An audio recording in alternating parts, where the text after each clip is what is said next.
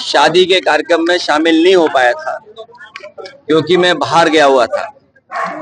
इसलिए मैंने सांसद जी से कहा कि जैसे ही मैं लौटूंगा मैं घर परिवार के लोगों से मिलकर के बच्चों को बधाई शुभकामनाएं देने आऊंगा।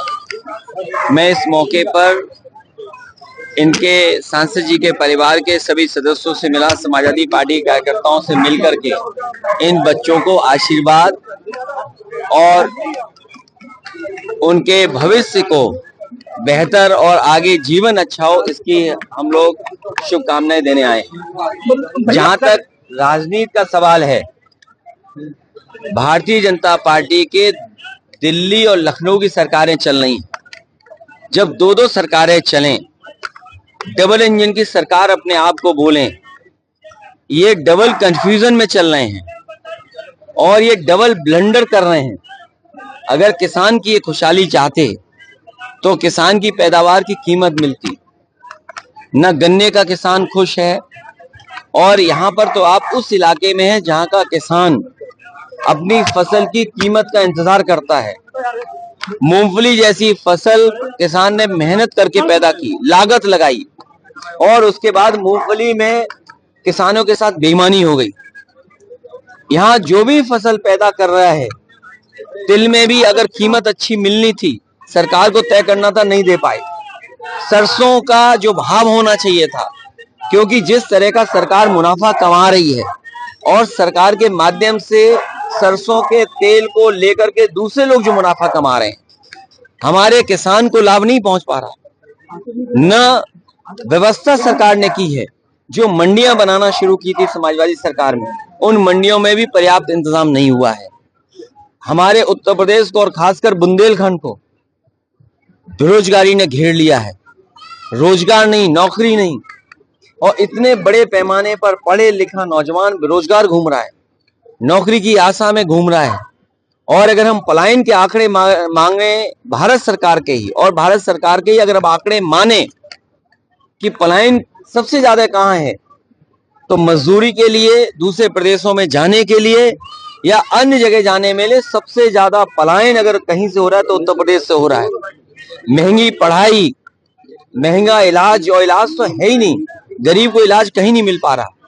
न प्राइमरी, न पीएससी चल रहे, न सीएससी चल रहे, न जिला अस्पताल में इंतजाम है। जो एम्बुलेंस समाजवादियों ने चलाई थी वो भी बर्बाद कर दी, पुलिस को करप्ट कर दिया और महंगाई लगातार बढ़ती चली जा रही है। इसीलिए आपने देखा होगा समय समय पर ये सरकार ध्यान हटाना चाहती है। और अभी तो कम पिटाई हो रही है, ये सरकार आ जाएगी तो और आने वाले समय में अन्याय होगा, कोई कल्पना नहीं कर सकता है। बयान भी दिया गया है, कैसे देख रहे हैं? देखिए, आप संबल का तो पूछ रहे हैं, एक छोटे अधिकारी का आप पूछ रहे हैं, लेकिन बगल के जिले बरेली में एक डीएसपी अधिकारी पुलिस का, उसका घर जला दिया, उसकी सरकारी गाड़ी जला दी, पूरा घर जल गया। लेकिन पूरा उत्तर प्रदेश शांत है। पता नहीं हमारे चैनल के कैमरे कहां चले गए। मुझे उम्मीद है कि वो कैमरे वहां भी पहुंचेंगे जहां डीएसपी के घर को आग लगा दी, गाड़ी में आग लगा दी, सोचिए आप। और जो होली मनाने का कार्यक्रम बड़े शांति के साथ, बड़े हर्षोल्लास के साथ, भाईचारे के साथ, एक दूसरे से प्रेम और सम्मान के साथ मनाते थे, इस बार भारतीय जनता पार्टी ने जहर घोलने की कोशिश की। लेकिन उसके बावजूद भी मैं बधाई देना चाहता हूं जिन लोगों ने शांतिपूर्ण ढंग से सौहार्द में होली का त्योहार मनाया। क्या होली का त्योहार या कोई त्योहार राजनीति का मकसद नहीं हो सकता? हमारे देश की जो खूबसूरती है वो यही है कि अलग अलग धर्म के लोग यहाँ रह करके हम एक साथ जीवन गुजार रहे हैं। और अगर हम केवल इसी से देखें, हमने स्वामी विवेकानंद जी को हम सब ने पढ़ा होगा और भारतीय जनता पार्टी के लोग सब पन्ने पढ़ते हैं, लेकिन जो पन्ने पढ़ने चाहिए उन पन्नों को ये फाड़ देते हैं। स्वामी विवेकानंद जी जो जो कहा, उन पन्नों में सब पन्ने नहीं पढ़ते। हमने सुना होगा शिकागो की उनका भाषण, उनका जो सबसे बड़ा भाषण जिसके बारे में पूरा देश दुनिया चर्चा करती है, उस भाषण में उन्होंने कहा कि हमारा भारत देश वो है जो सबको एक्सेप्ट करता है और हमारा देश और धर्म वो है जो हमें टॉलरेंस का रास्ता दिखाता है, हमारे धैर्य का रास्ता दिखाता है, हमें टॉलरेंस का रास्ता दिखाता है। लेकिन अब आप कल्पना करिए कि जो लोग काला चश्मा लगा के होली खेलते हैं उनका दिल कितना काला होगा। जो लोग काला चश्मा लगा करके होली खेल रहे हों और उनका दिल कितना काला होगा। हम सब लोग वो लोग हैं जो अलग अलग रंग से होली खेलते हैं, बहुरंगी लोग हैं हम लोग बहुरंगी की कल्पना करते हैं कि सब गुलदस्ता तब अच्छा लगता है जब अलग अलग रंग के फूल हों। ये भारतीय जनता पार्टी के लोग एक रंगी लोग हैं, एक रंगी लोगों को कोई स्वीकार नहीं कर सकता है।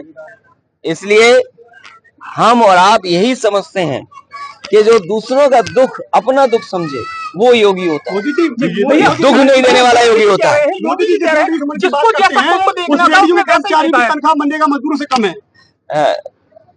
जो हमने देखा, आंखें वही देखती हैं जो सामने है, आंखों को वही दिखाई देता जो सामने है। इसीलिए उन्हें वो दिखाई नहीं दिए जो परिवार के लोग आज भी भटक रहे हैं। मैं तो अपने पत्रकार साथियों से कहूंगा और खासकर यूट्यूब चैनल वालों से कहूंगा, हालांकि कुछ यहाँ तो ज्यादातर वो पत्रकार हैं जिनके ऊपर बीजेपी का इन्वेस्टमेंट नहीं है, ये बड़े बड़े उद्योगपतियों का इन्वेस्टमेंट नहीं है, इसलिए हमारी बात आपके माध्यम से वहां तक पहुंचेगी। मैं अपने पत्रकार साथियों से कहूंगा, प्रयागराज में आज भी आप जाइए, थानों के सामने, अस्पताल के सामने, आपके स्टेशन के सामने या पब्लिक प्लेसेस जितनी भी हैं वहां आज भी पोस्टर लगे हुए हैं। और सरकार का आंकड़ा ये बताता है कि 900 लोगों के लगभग अभी तक मिले नहीं है। मैं आपके माध्यम से भी कहूंगा, कुंभ तो खत्म हो गया, महाकुंभ खत्म हो गया, लेकिन कम से कम उन परिवार के सदस्यों की सच्ची जानकारी तो मिल जाए। और यही नहीं, हमारे मुख्यमंत्री जी भी कमाल के कहते हैं कि हमने 4 लाख नौजवानों को